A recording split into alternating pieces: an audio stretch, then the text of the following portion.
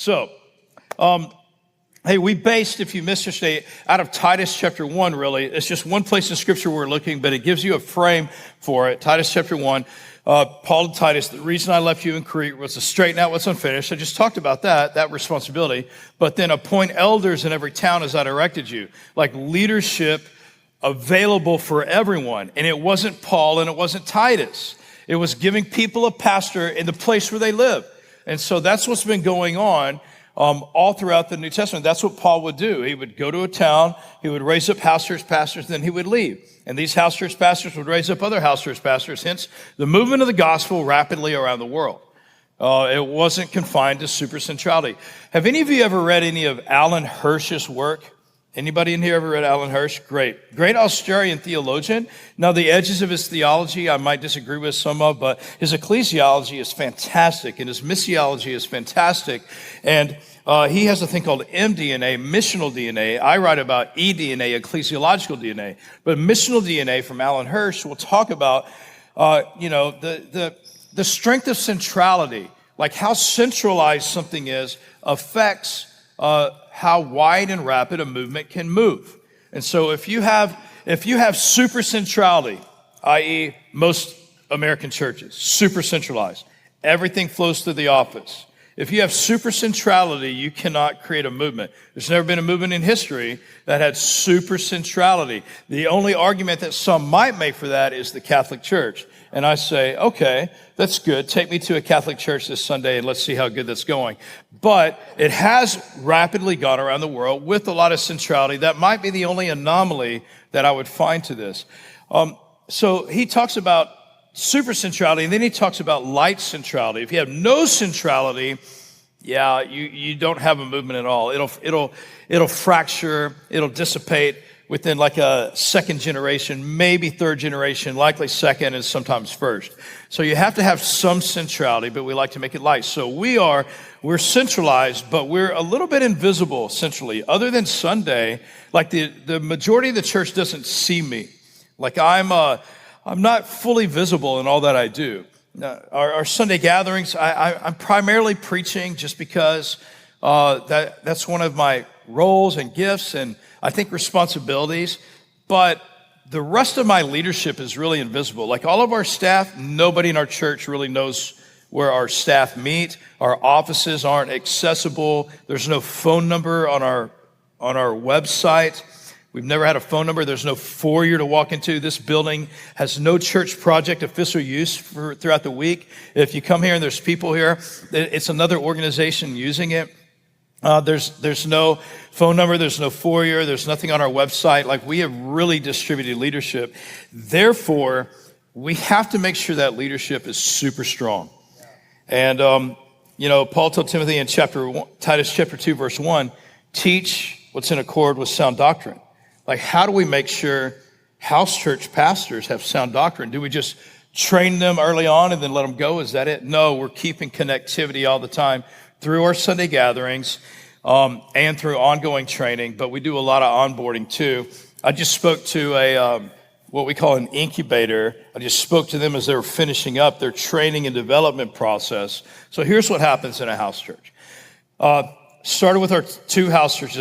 I'll tell you from origin, and then you can see how things continue to evolve. Origin was we had 40 people previously disconnected. I knew 4 or 5 of them. Each of these people probably knew only 4 or 5 other people. We divided into 2 house churches, just 40 people. One house church on the east side, one on the west side. How do we get those, and who is going to lead those? I appointed them.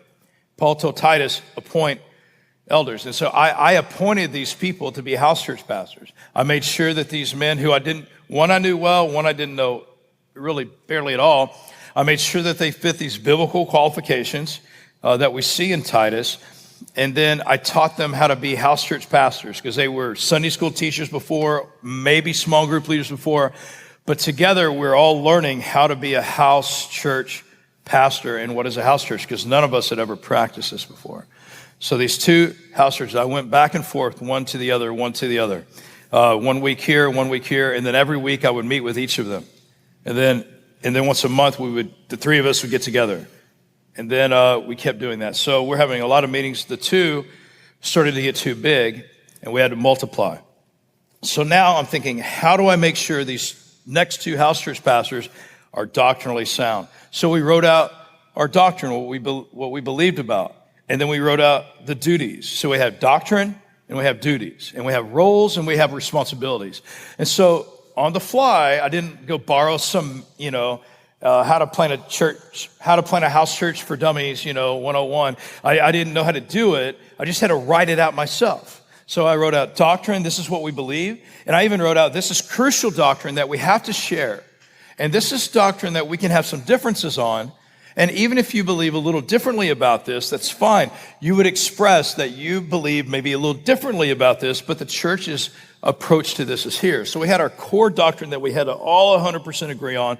And we had, circumventional doctrine out here that we were like, we're fine on these things, right? And so God is the creator, but old earth, new earth, this is where our church is. But if you're here, we can still have fellowship with you and you lead. But anyway, so we wrote out our doctrine, we wrote out our duties, we wrote out our roles and our responsibilities, our expectations. And then what I did is I just sat down with each of these two guys, one-on-one.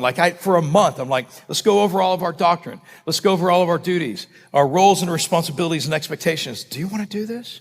And do I want you to do this? And as we get to know each other, we both agreed with that. And so then we just keep going on. And I'm like, hey, the four of us need to meet once a month. And I'm meeting with each one of you individually once a month. And I'm going back and forth between house churches. And then we just kept refining this thing over and over. And 2 became 4, and 4 became 6, and then 7, and then 8. And then it just started growing. And we just kept refining our processes. And then we started looking for, with all the expectations of an elder in Titus, we look for qualifications and qualities.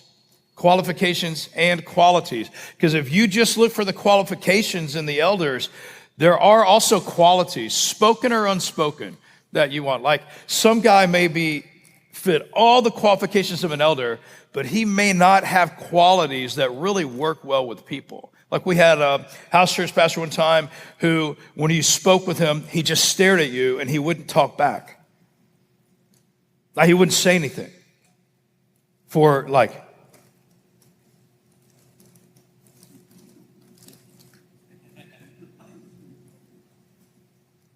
a minute. And I only gave you 11 seconds. I mean, it was just, but that's not listed in the qualities or qualifications of an elder, but that's a quality that we were looking for. Like you can have a real conversation with a real person. And so there's just other things. So we look for qualities and qualifications. And then this is what we tell them. Look, this is a little church that you're pastoring. We're going to pastor you. By the way, I'm just rolling through this stuff. We do a day-and-a-half workshop on this, almost 2 days. We do it twice a year here. We're going to be in Mexico next week doing it. We just got back from Cuba and Turkey and other places we do this. You're welcome to come back in September. Look on our churchproduct.network site, find it at the table, and just come to the workshop. Bring some people. If you want to do this, we'll spend a couple of days with you. That night, people come to my house. We all hang out. We keep it under 100 people, and it's enjoyable and it's fun. We dig deep into it. But we're telling people, you're going to pastor this house church. And we have alignment based upon all of our agreements, and you're accountable to everything that we've agreed to. And now we pastor every house church pastor. Here's what I really love. I pastored every house church pastor up to 15 house churches. I say every pastor needs a pastor. I mean, we can't just let these people go. We can't just prepare them and let them go. And I met with each one of them individually once a month.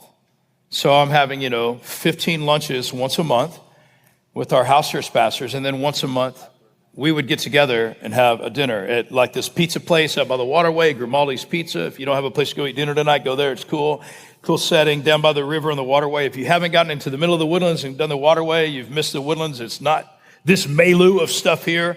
It's really nice. And so we would have a meeting there, and it was awesome. It's like nostalgia now. We miss it. We just can't. We would fill up the whole restaurant now or overflow the restaurant, but we would go there and have meetings. But my individual meetings, I ask every house church pastor, tell me about your life. I want to know about every area of your life, your marriage, your purity, your time with Jesus. How's your heart for the Lord right now? Your giving, your parenting, your work. I mean, I knew everything about their life, and they knew about mine. And talked about your life. Let's talk about your house church. Is it growing? Is it not growing? Why not? Are you multiplying? Are you raising up other leaders? Are people meeting outside a house church? Are they caring for each other? When there's a need, is this the place they go? Are people having to be pushed by you to do it? Or are they ready to care for each other? Who's discipling who? Do you know the spiritual condition of everybody in your house church, right? Does everybody in your house church know how to pray, how to read their Bible? Do they know the gospel? Everybody in your house church know how to disciple somebody else? So we're going to give you all these tools, but it pushes through your house church. So let's talk about you, let's talk about your house church, and let's talk about who's next. Who are you raising up? Who in your house church? And 90% of the time, they're like, there's nobody. And I'm like, yeah, that's what I used to think about you. There was no way that you were going to be, and look at you now. And so let's find somebody like you who we think, no way, they should be a house church pastor, and let's help them become a house church pastor. And so that's what we do. And so we just set the tone for that. I'm trying to decide what to tell you and not tell you. Here, I'll just read the highlights here. The role and responsibility of a house church pastor. This is what we go through on our workshop thing, but you don't get it because you're not at the workshop. But leadership, biblical teaching and discussion, all pastoral care, commitment to multiplication, one-on-one discipleship, all benevolence happens through a house church. We talked ad nauseum about that yesterday. Creating a culture of prayer in house church, even accountability, all the way up to church discipline, happens in house church. For example, I heard a story not long ago where this man in a house church was getting, for the first time ever, got his anger turned into physical against his wife. And immediately his wife called the wife of the house church pastor. And the house church pastor called 3 men from his house church. And he's like, let's go. Y'all come with me. We're going to their house. We went over to the house. And they're like, hey, bro, let's go get something to drink. And the guy's like, I'm not really in the mood for that. They're like, we all love each other here. This is how this is about to happen. Come with us. And the guy went with them, and it saved their marriage. But we've had to have a couple of instances of church discipline in our church where, the first one in years had to happen this past year. And the house church really worked to do that kind of accountability. The people were resistant. They elevated it to their coach. The people were resistant. They elevated it to the pastor who oversees all a house church. That was still not working. So then it got to the elders, and we had to exercise church discipline. So we don't put that on. It's not like the Wild West. House church pastor, kick out whoever you want in a church. No, we don't do that. But it's accountability all the way the church discipline happens, even through a house church pastor. And then we have all the qualifications and qualities that we have, right? Above reproach, committed to your spouse, how you handle alcohol, how you handle your anger, you're able to teach, which doesn't say preach, by the way. We don't want them to be preachers. We just want them to be able to teach and know the word. Manage his household well, not a recent convert. Those are the things that we go over. Teachability and humility, relational intelligence. These are some of the qualities. Privacy and confidentiality, how to handle it if abuse comes up in a house church, which this past year, so sadly, in the house church, it came out that there was a stepdad abusing, one of the kids. And so how do we handle that? But we help house church pastors do that, right? And so these are all the things that we're doing. That's happening all over our city. And we're just going after this hard. This is all we do other than Sundays and serve in our city. This is really what we do. I think based upon my experience and the amount of people in this room, I think if I just let you ask questions, it's going to help you the most. So I'm going to stop here and let you ask questions. And if not, I'll start talking about other stuff. Oh, yeah. See, yes. Okay, here we go. You were yesterday, so we'll keep it. You had 2 yesterday, so we'll do a short today. And then we got a lot of people. Great. Good questions, though. Yes. About forcing diversity with geographic house churches. So that's inevitably going to... So how do I handle the tension that diversity causes? The gospel. The gospel, what it does is it forces people to... the gospel addresses every aspect of our flesh that would cause us to have any prejudice, right? Culture, color of skin, language, socioeconomic, spiritual maturity. I'll give you an example, this story. Lady comes to our church, she and her husband been in the Woodlands. The Woodlands just turned 50 years old. Generally, it's a wealthy community, though not everyone here is wealthy, but it's a wealthier community. The average is way high. here. And so this lady comes to our church. She had one of her children worked at this other church where they had been for 20 years, and their kid got fired. And so these people are like, well, you fire my kid, I'm leaving your church, right? And so they left. They somehow found their way to Church Project. They come on a Sunday, and we tell them, hey, go to house church. So they're like, we're trying out this church, we'll give it a shot. So they went to a house church, and she said it was really weird. The house church happened to be in their neighborhood, and they were wealthy, so it was a wealthy house, wealthy family, the house church. But down the street, there's this apartment complex, and the closest house church to the people in the apartment complex was this wealthy neighborhood. And so this lady tells me her story. She said, I've grown up in the same church in the Woodlands, and it was wealthy, white, within 2 or 3 years of each other. We all really knew the word. We were all struggling to find the next Bible study that would be appealing to us. We just had our small group that did Bible studies together all the time. We traveled the world together. Our group was closed. She's like, that's how I've lived for 20 years. And I come here, which is, by the way, I just described most of your churches. And so she said, so I come here, and I sit in a living room, and there's people who have different color skin than me, people who are younger than me, people who are married or unmarried or divorced or widowed. And some people didn't even know where to find the book in the Bible that we were studying. And she said, I was very uncomfortable. And she said, I just haven't been in a room with that. She said, I was fine to sit in an auditorium with people like that, but I haven't sat in a living room like that. And she said, but I decided to keep doing it. And she said, I almost left this church because of that. But she's like, now I can never go back. I'm just saddened and sickened that I lived the other way for so long. And so I think diversity is part of our sanctification process. I mean, you know, we say we gather geographically to force diversity, but diversity forces sanctification. It forces me to say, why would I have prejudice or division against somebody? I mean, the gospel is the thing that unites me. The more I see God's grace in my life, the less I see myself as separated or elevated above anyone else. So anyway, that answer your question a little bit? You, and then you, and then you, okay? He's bringing you a mic. That'll help everybody else. Thank you. Thank you, Brian. So in the last session, it was suggested that the way that the house church and the larger gathering work is that the larger gathering is the front door to the house church. Alan Hirsch would say it is the small house church that's the front door to your larger church. I didn't say that. I know you didn't, so that's why I want clarity. We don't have a front door. We just want everybody to walk in any door with someone. Right, and where are they mostly coming through? Your small Well, groups? I mean, they come through. You can give the mic away so you don't ask another question. This guy in the middle is the next one. They're mostly coming from, is my sarcasm okay with you? You get it? Yeah, okay, great, thank you. I thought you could, thanks.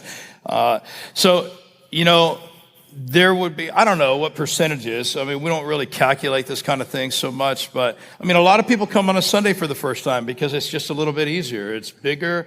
I mean, people who are coming to our church, we're probably 1/3, never been, I just baptized a guy this past Sunday who, when I met him, he said, I have never heard of the gospel before. Gospel. He didn't know how to say it. I had breakfast with him this past week before I baptized him Sunday. I was talking about Adam and Eve in the garden. He's like, what? So 1/3 of our people, even from here in the Bible Belt, everybody here doesn't want church. And the people who do want church, they don't want this kind of church. The churchy people, they're not for this kind of church. So we're probably a third unchurched, never before. 1/3 that have been de-churched. They're like, I'm done with church. I hate that church. I hate the kind of church. But they're like, I'm going to give church a shot one more time. And they come to a place without a steeple, without a name, because it's a little bit approachable. And then probably 1/3 of our people are people who are like, I'm not going to do church that way anymore. I've come to some realization through Scripture. I've got to do it differently. And so they're like, they've been in church, but they're hungry for the Word or discipleship or real community or believers who are actually following Jesus, And so they come here for that. So, some of those people will go to house church because they met somebody, the friend of mine. Some of those people we have good God gospel conversations that turn into one-on-one discipleship. before we ever go to house church. Some people would be like, hey, I'm not into that whole Jesus stuff, but I'll go welcome a prisoner off the bus with you through this ministry partnership that we have. Yeah, I'll go do that. Or I'll go help rescue a baby out of a dumpster down on Westheimer in Houston or whatever. I'll go do a ministry with you because it's good to serve things. I'm into that. So we don't have a front door. We just want everybody to walk into a door with someone. Yeah? Good. So I hear you right, you're doing a service every Sunday as well? You have house church? Was that, you got one question. Is that your question? Because you already know the answer to that, so ask a question about that. I was making sure I understood because I thought I heard it. How did you choose that versus, say, other places doing a very similar thing where they're doing it, say, once a month? Yeah. The full gathering. I knew you were going to get to that question. I didn't want you to waste your first question, your only question. No. A two-part question is two questions, so everybody gets one. And if we run out of time, if we got time, we'll get. So, no, I knew where you're going with that. So, like, we are church, Francis Chan's people. They do one gathering a month and they do house church. So years ago, this is many years ago, I found I heard about them. I'm like, what's going on? I mean, this is early on with them. And a few years after we started. So I found their website stuff. It was really obscure. They didn't want to be outward very much. And I read their stuff and I got in touch with them. I emailed them and I said, hey, please respond to me. You've either stolen our stuff and plagiarized us because every word on your website is literally our words, or we're like kindred spirits. We're completely in line. We need to work together. So they called me back, maybe avoiding an attorney. They wanted to make sure, hey, is this guy upset? I'm like, hey, I'm not upset at all, but we have a line. And we thought about doing some work together because they're like, y'all are further down the road than we are with house church, but they're like, we can't do the weekly thing. We like the monthly thing. And I'm like, here's the deal. You're going to have to figure out how to bridge the gap between the weekly and the monthly, because when I was in Turkey a few weeks ago, there's a Russian pastor who said, hey, a church project guy in the process of becoming, can we just do monthly because it's really hard for us where we are, like Siberia kind of stuff, right? And I said, yeah, but then you got to figure out how to do for your people, because the misnomer is, Sunday gathering is just to fill me up. And so, we can do that once a month, right? I mean, most people are like, the Sunday gathering is just to really encourage and edify your people. But for me, it's actually, Sunday gathering serves house church. I mean, Sunday gathering is doing something house church can't do. I mean, the worst worship leaders in the world are house church worship leaders, right? And so, except for yours, I'm sure, but, I want to have a great moment with the Lord. I do that on Sunday. We don't do that in house church. We don't have time for it, really. We got a couple of hours, so we're not having a worship hour in house church because we want to be in the Word together for a good while. We want to be in prayer together for a good while, and we want to have a meal together. We can't be together for 3 or 4 hours every week in a house church. It's just not sustainable. And so we're doing things on Sunday that we don't want to do in house church. But secondly, we're making sure that thousands of people are getting a doctrinally sound perspective on this passage, and we're creating tension that has to be relieved in house church. So how are you giving people across the board, not just your leaders, because you can get your leaders doctrinally sound stuff, but if all your people aren't getting it from somebody, let me say above them, you're not really able to protect doctrine across everything. You're just hoping that your house church pastor is going to be transmitting this sound doctrine to your people. But for us, we're giving sound doctrine above and beyond the house church pastor too. And we're creating tension that can only be resolved in a conversation in a house church environment. So those are some of the things that we feel like are really crucial. If we just went to once a month, which I thought about for years, if we just went to once a month, there would be things that we would be missing. We'd have to figure out how to bridge the gap. The people that are doing this once a month and still trying to do house church like we're doing it, they're really struggling to do what Sundays do. So I know you may not fully understand or agree with it, and I'm fine with that. I'll be glad to answer more, but you, and then you, and then you, and then you. Okay. Oh, sorry. I have a reflective question for you. What are two things, if any, that you wish you could go back in the beginning when you launched and do differently, and why? You can give him the mic. Was that your one question? Okay, great. The thing I would do at the beginning is the only thing I think I would do differently. We haven't changed our structure at all. from day one. I like to say this.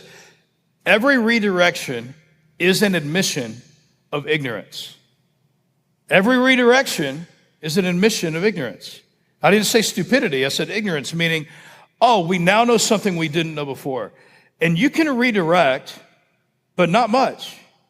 You redirect too much, your people have lost confidence. And so for us, we haven't redirected at all. Sunday gatherings, house church, ministry partnerships. House church is our primary means of discipleship and community. We said that literally day one. We haven't had a redirection at all. Well, we've had adjustments to these things and improvements on these things and straightening them out, but we haven't had a redirection at all. Mistakes that I made, one, I didn't enjoy every season. I didn't enjoy a season with 40 people. I wanted to curse God and die. I just hated it. I was just so angry at God. I accused God of being a bad steward of my time. I was not in a good spot. He had to sanctify me, crucify me, and he did that through planting a church. And so I didn't enjoy every season. I was too ambitious. Part of it was a pure passion for our city and conviction for this, and then part of it was just unsanctified ambition. So I didn't enjoy every season. I wish I would have enjoyed every season more because I miss a lot of those seasons. And then I brought people onto our team who they seemed to be. I heard Erwin McManus say this a few weeks ago. It helped me. I'm like, oh, that makes sense. That's how I felt. He said, I used to hire people who were against what I was against. And then I finally realized I had to hire people who were against what I was against and for what I was for. But then he said, that didn't work. I needed to hire people who were against what I was against, for what I was for, and who were for me. Because he said, as a leader, I'm being for them. Like, I'm for you. I'm going to do everything I can to help you. But if you're not for me, it doesn't work. And so for me, I hired people who were just against what I was against. And that ended up being no fun. None of those people stayed. And then I hired people who were against what I was against and for what I was for. And some of those people stayed. But, I ended up being for people, like laying my life down, like not taking raises so that they could have one, not hiring other people and doing 2 jobs so they could do their one and we could pay them better. Like I just laid my life out for people and then they weren't for me. And so now we have totally, I'm for people, but they're for me. And so I may be for them more than they're for me, but they care about me too. And so now we have so much unity in our team. We have years now. So I made those mistakes. Yeah. Great question. I'm sorry, if I pointed at you, you can remember the order, raise your hand. Oh, look at this symbiosis of microphones. Jason, are your house churches, are they made up of a number of small groups so that you have small group leaders under the house church leaders? Or No, just this is it. All of our eggs are in the basket of house church. The only thing we do beyond house church is we do events across house churches. We didn't used to do this. What was once organic is now organized. I'll tell you this, for example. Like when we had 60 people, single mom walks into our church. I'll be like, she's like, where's the single moms group? I'm like, we don't have one. She's like, you don't have single moms here? I said, we do. She said, well, where's their group? I said, we don't have one. She's like, you don't have single moms here? I was like, we do. She's like, well, where's the single moms group? I said, we don't have one. Right? And so, like, I literally still do this with people. It's a lot of fun. But also, it helps them think through stuff. She's like, well, what am I missing? And I said, we have a lot of single moms here. We do now, but then I'm like, we have several single moms here, but we don't have a group for them. They're in every house church. And I said, so you find the house church closest to you, but also let me introduce you to so-and-so. So, because I want this single mom in a house church right by where she lives so that she has a family. Older, younger, married, unmarried. She's got a family here. But on Friday night, I also want her to be able to go out, take her kids out to Chick-fil-A or whatever with her single mom friend. And so we just used to introduce people. Like young adults would walk in, I'd be like, hey, Sebastian, do you know Shannon? No, I don't know her. And now they're making babies together, And so that's fun to connect people.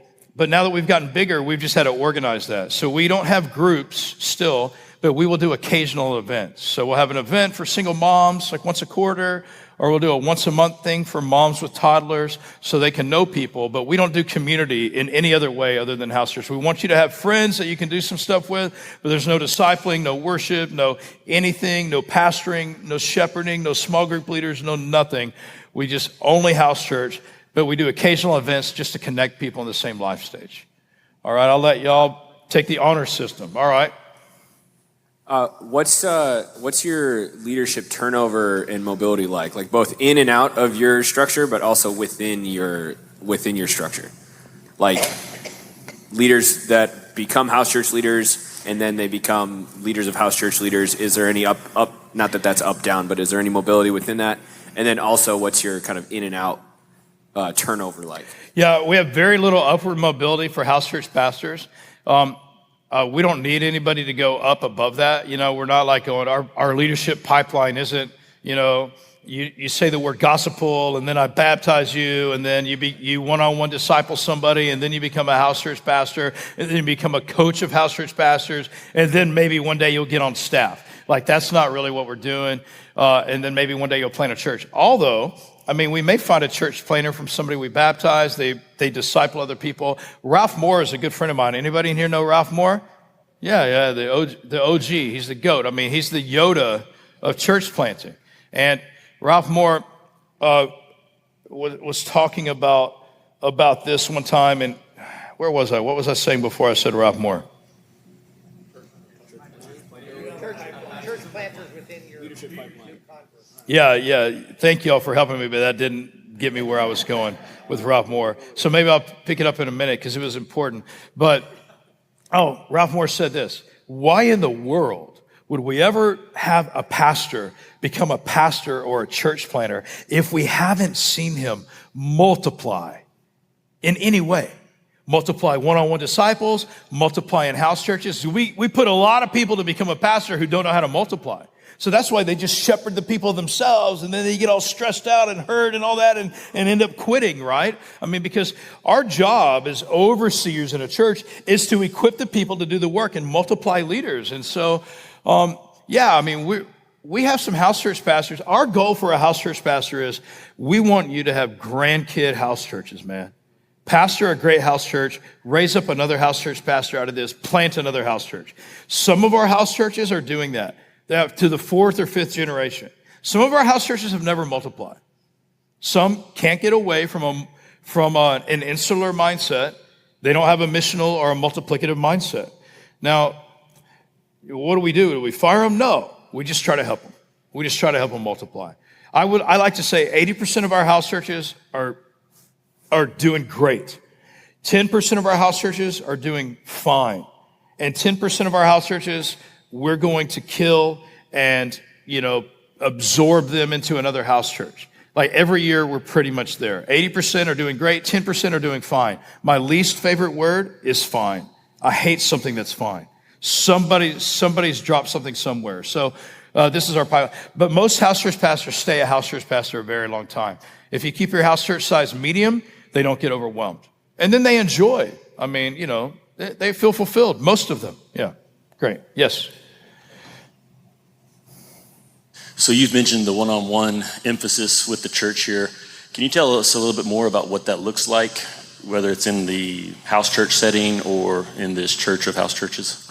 Yeah, I mean, what it would look like would be for me that I sit down with a guy that, I just baptized and I'm like, hey, let's spend like 7 times together. Are you good to do that with me? And he'll be like, yeah, that'd be awesome. And let's talk about, I just want to talk about how to read your Bible, how to pray, how to give, like who God is. I want to teach you some basic things about the Bible. And he's like, that'd be awesome. And so when we get together, there's some Bible verses there. We're going to open the Bible. We'll talk about it as long as we have time for. And then I'll be like, hey, this next week, read all these on your own and memorize this verse. Cool. So we do that together, and likely we're going to have to spend more than 7 times together. But this is a good start. And people will commit to 7 more than they will to 14 or 21 or whatever. And 7 would be at least a good start where I go, this guy knows how to pray now. This guy, we've talked about it. And so and what we want everybody in our church doing is that. So we'll talk about it on Sunday. We're working to improve this. We're going to be talking about it more and more in our house churches. We just reapproached our one-on-one discipleship and changed it and made it a little bit more effective. And so, like in a couple of months, like I'll have a whole Sunday that'll just revisit one-on-one discipleship, good God gospel conversations. I'll pause once or twice a year, and this is all we'll talk about. So everybody in our church will hear it. We'll do a super focus with our house church pastors. Hey, this week, this is what you talk about, right? So we'll train them. They'll train their people. So we do something corporately on a Sunday. All of our social media stuff will do it. I'll send an email out to our church all about it. Like, we'll just get everybody on the same page. And we got to do that once or twice a year just to remind people we got new people or we got people who have chosen not to do it. So yeah, it'll infiltrate everything we do. So we come from a church in California that is moving more into small group model, one-on-one model, like really about discipleship. But in large part, we still operate from something that you said in the last session, which is like we're pastoring people through paid clergy, and we're discipling people largely through programs. And so, it seems like there's certain things in our community that are like sacred cows that are really hard to like shift or get rid of. What would you say is a way to present to a legacy church like that? It's been doing the same thing for 20 years that we're coming from. To make that shift, how do we present that? Or what's the first step to actually make a shift where we can do some more of this kind of discipling? It's a great question. I get it a lot. I'll say a couple of things. First, I'm glad that you're there.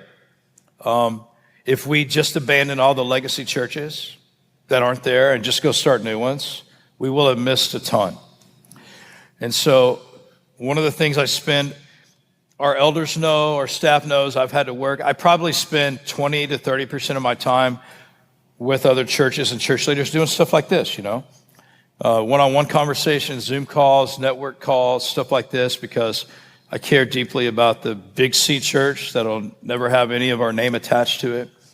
So I'm really glad you're there. I'm glad you're there asking these questions. I have seen it work really well, and I have seen it done very badly. And the ones that have worked really well are the senior leadership. Like, is your lead pastor here? Yeah, so if a lead pastor doesn't care about it, then you cannot make any real traction. If your elders don't care about it, you can't make any real traction. That has been my experience. It's also my logic and reason, but it has been my experience. So one that worked really well, I'll tell you this story. Right after COVID, this guy heard some podcast I was on through Exponential or with Ralph Moore or something, and somebody on his team shared with him the podcast, and he reached out, the lead pastor of like the second largest church in Mississippi. Thousands of people on a Sunday. I think there were 8,000 or 10,000 people in their church on the Sunday before COVID happened, and the Sunday they regathered, there were 250. And he was desperate, and somehow he reached out to me, got in touch with people, and so I called him, and he said, hey, I will send a private plane to pick you up. Can you come out to this week and help us? And I said, I've never been on a private jet. That'd be cool. But I said, no, I can't. I'm busy, but I want to help you. I kept talking to him. A couple of weeks later, I did go out and help them, and I ended up helping them for about 6 months. They transitioned their entire massive church, and they were like killing off campuses, and now those campuses are multiplying. But it started with, I'm like, I will not work with anybody anymore where the senior leader isn't like, I'm going to do this or quit. And so this guy was, I'm going to do this or I'm going to be done. Like, I'm convinced about it now. I'm convicted about it now, and we're going to go after it. So senior leader and I made sure he was there. And then he flew me out, and I just met with his leadership team. And when I was convinced they were there, that's when I committed to go forward with them, leadership team and elders. Once they were there, then I met with like 150 of their staff, and they ended up firing about 40 of their staff almost immediately that were like, no way, we shouldn't do this. And they're like, see you later. We love you, but we're doing it. And that church transitioned really beautifully.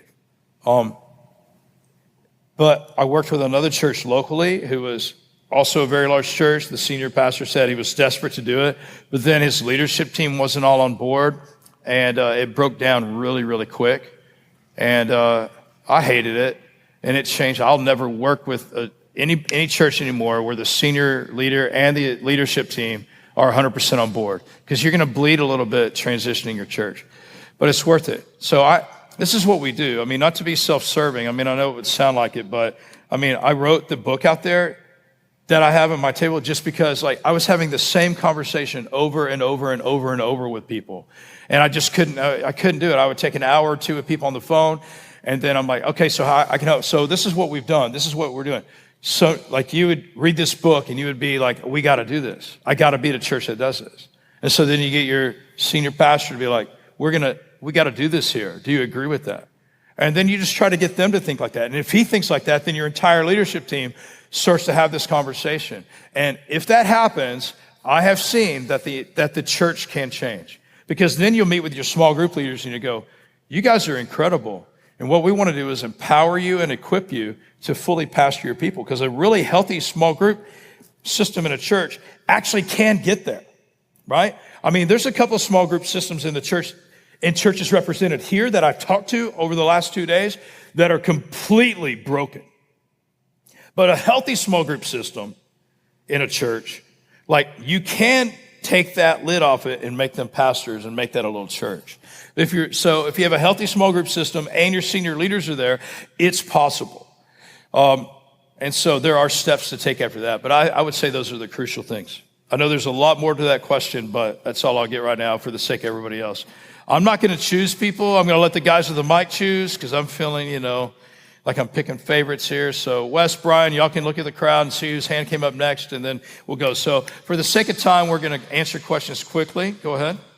So my question has to do with both your preaching and your pastor's teachings, your house church pastor's teaching.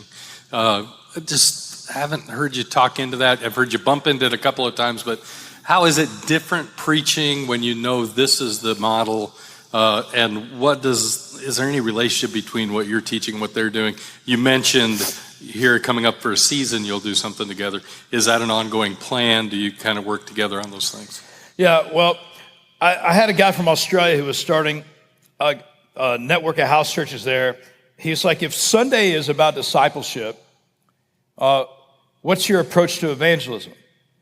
And so I had to, again, read into the question behind the question, because the assumption was, well, in most of our churches, Sunday is about evangelism, right? And small groups are about discipleship. But if Sunday isn't about evangelism, what is your approach to evangelism? So this guy said, what's your approach to evangelism if Sunday is about discipleship? And I said, my approach to evangelism is evangelists. Evangelists. My approach to evangelism is evangelists. So, that's discipleship. I mean, when I was a youth pastor, I was 19 years old. I went to work at this horrible church, and they gave me a horrible garage for the horrible students. And so I painted this horrible garage, and on the wall, I wrote the words, discipling to evangelize. That's how cool of a youth pastor I was. Discipling to evangelize. That was on the wall. I want to disciple these kids to the point they love Jesus so much, they love what he loves, and he came to seek and save the lost. Which makes us wonder if your people love Jesus a whole lot in your church, because they don't seem to love what he loves. They don't have a heart for the lost. What are we doing? And so Sunday for me is about teaching people the word of God. I mean, in all of our sermons, we have a prophetic approach to it. Here's what God is saying, and you are called as a follower of Jesus to obey this. And so we're teaching people the word of God. So we walk through books of the Bible here. We just teach through the scriptures. So Sunday I'll have a 45-minute sermon right here, and we'll teach through books of the Bible. And then our house church pastors they'll walk through this passage of scripture with people, because as I said earlier, a proper sermon, I think, creates tension between heaven and earth. Here's what heaven is saying to us, everyone. And then a proper sermon will call people to do that.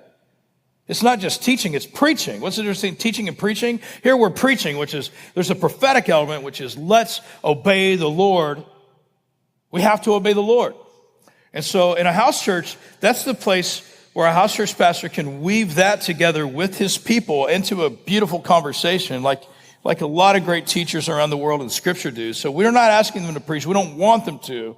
We're wanting them to teach. So they need to be doctrinally sound. They need to be living this, and they're creating a conversation. So a typical house church night, a house church pastor, we've asked them to, hey, give a few minutes, 3 to 5, of your understanding of this passage, how it affected you. And then we want you to start asking the most intense, targeted questions that's going to get a discussion that gets down to, I don't care about a discussion that doesn't lead to change.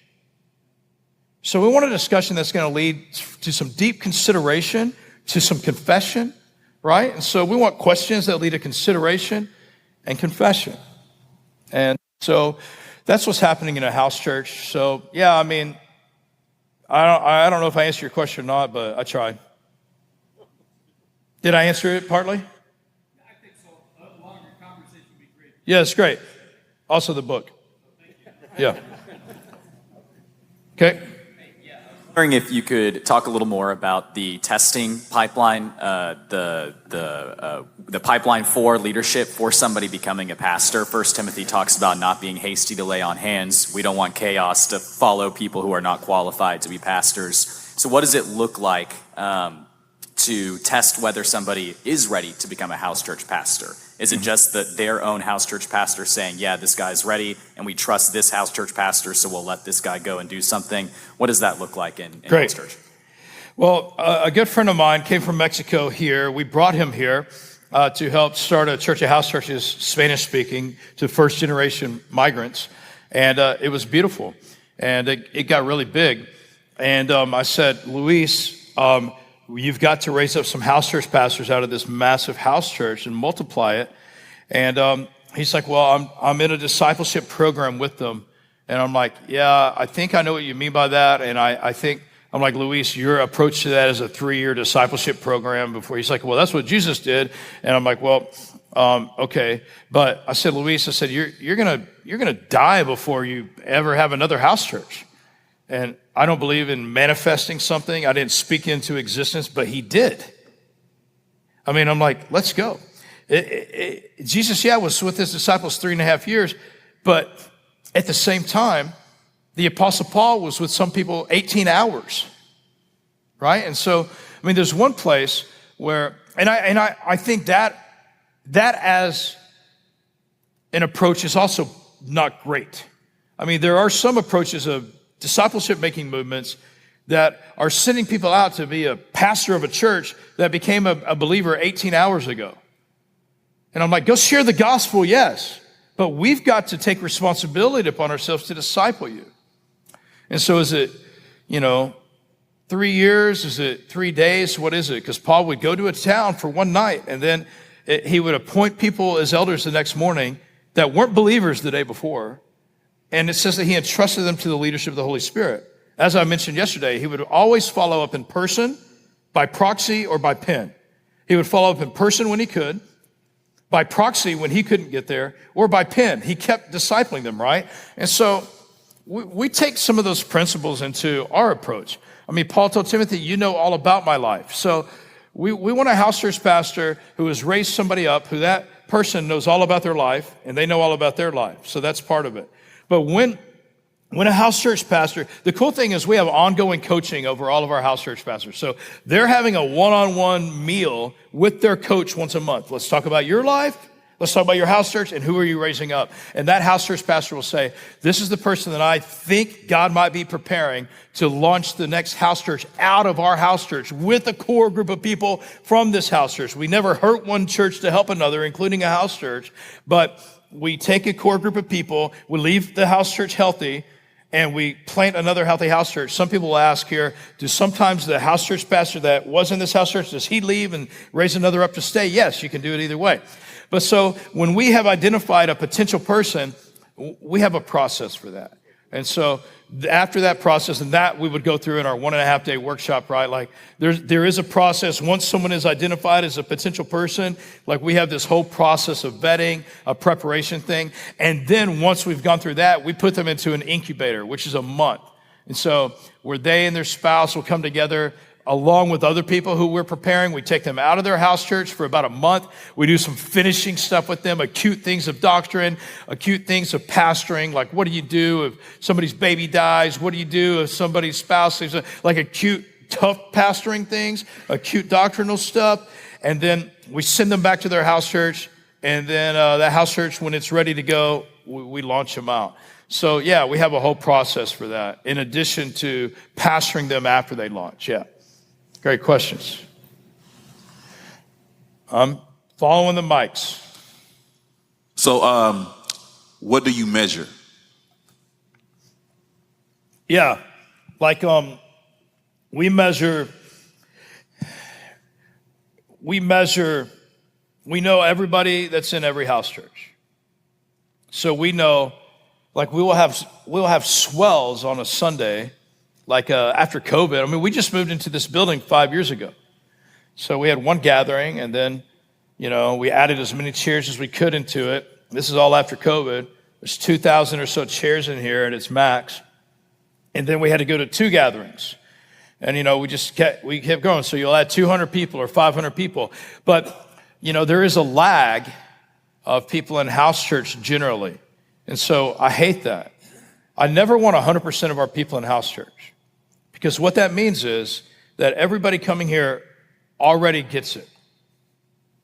Like, I need people here who are like, I don't know if I'm ready for that. Now, I want 100% of the people who come here to eventually get into house church. But if 100% of the people who are here every Sunday are in house church, then our crowd is too groupthink, it's too homogenous. People aren't radically trying to bring people into their body. And so I want 100% of the people who come here to get into house church, but never would I want 100% of the people here on a Sunday in a house church at the same time, because, I want people here who are, man, I hated God and I hated church and I hated that. And I'm just giving this a little try, but I'm going to come back. And eventually they get there. Like one of my great stories favorite stories right now is this guy named Greg and his wife. They came to our church. They were here like 4 years. And I used to tell people this. I used to say, hey, if you aren't into our house church thing, this church is not for you. And you should probably leave. And then they would leave. And I'd be like, oh, come back, please come back. Let me come back. I'm sorry. And so what I realized is that I'm going to be willing to walk with somebody towards house church, but I'm also willing to let them walk away from it. Like I'm not going to change. Most people would be like, I don't want you to walk away, so I'm going to change our church for you. I mean, I would have added medium level groups, mid-size, like house church is too much for you. Just get into this group structure first, and then we'll see. But people will always revert back to the least invasive form of community. So if I had an alternate approach to community other than house church, that would be full and house church would be empty. And so I'm not trying to please people, but I'm trying to give them a little bit of space to get there. So we generally have how many people are here on Sundays. And then we know how many people and who's involved in a house church. But just like on a Sunday, a third or a fourth of the people who call this church their church may be here. I mean, people are sick, they're traveling, they're whatever. Our attendance is probably higher than the average church for Sundays. But we also know how many people are there every week at house church. And somebody may miss, but we know if they're regularly involved. And then we know how many of those people have gone through one-on-one discipleship. And then we know how many people are involved in serving in a ministry in our city. And then we know if you just come on a Sunday, the percentage of people who only come on a Sunday, they don't go to house church, they're not involved in one-on-one discipleship, and they're not in ministry partnership, we know about their giving. And we know if you come on a Sunday and go to a house church, that your giving will increase X percent. And we also know if you come on a Sunday and go to a house church and get involved in one-on-one discipleship, that your giving will dramatically increase. And if you also are serving in a ministry partner, well, one, you're going to heaven for sure. But two, You're giving, like you're fully committed to this deal. But people who will come on a Sunday and serve in a ministry partnership and not go to a house church in this, they give less than just the people who come on a Sunday, because they start serving with that ministry that we introduce them to, because they're like, oh, my heart is for the orphan. So is ours. But we want to give together so that we can help build an orphanage here. And so let's all do this together. So we measure all this stuff. We have visibility on all of it, but we didn't used to. I knew nothing about any of it. It was all anecdotal until a few years ago. Yeah. But we keep that real behind the scenes. We don't talk about it. We never have a quantitative goal. We've never had a quantitative goal. We have qualitative goals. Like we care about health. Like if we have 3 times as many people on a Sunday as are in house church, for me, that's a qualitative problem. What's wrong? People aren't buying into this, right? And so we have to fix that. But we never have a goal of, we hope to have, 150 house churches by this time, and we're working towards that metric. We're just always working on health. So we're qualitatively looking at things for the numbers help us look at things qualitatively, not quantitative goals, if that makes sense. All right, I'm looking for the next mic. I don't have the mics, so don't look at me. I'm not choosing you. I feel bad. I don't like saying yes or no. So the mic people are choosing who's speaking next. So, well then, if you have the mic. I saw your hand up. Oh, yes, you're on your second question. It's got to be quick, because I got people who hadn't gotten to ask one. This is a quick one, but when I was involved with house church programs in the past, we would find that people might go to a house church, but not to the big church. What's your question?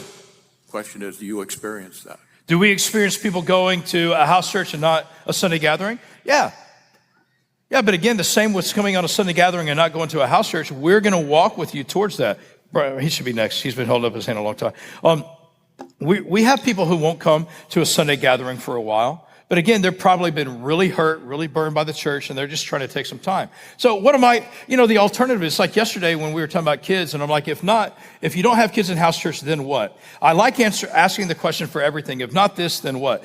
If we don't let them do that, then what? Do we say, hey, sorry, you can't come to house church? Did you come on Sunday? So I know you're not asking that, but we just have to go. People are coming from a lot of different places, from unbeliever to unchurched. And so we're just, trying to have a healthy environment wherever they come in and lead them to the next thing. Yeah.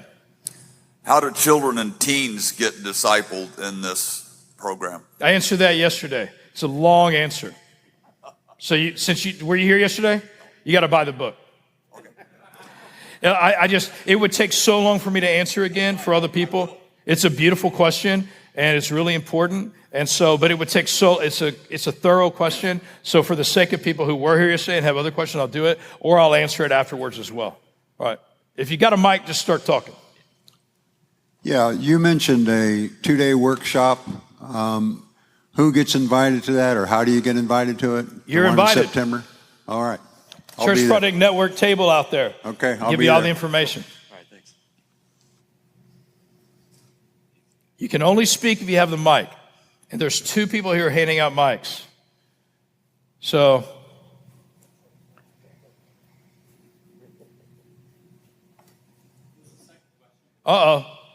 okay, you can only okay, do it quick.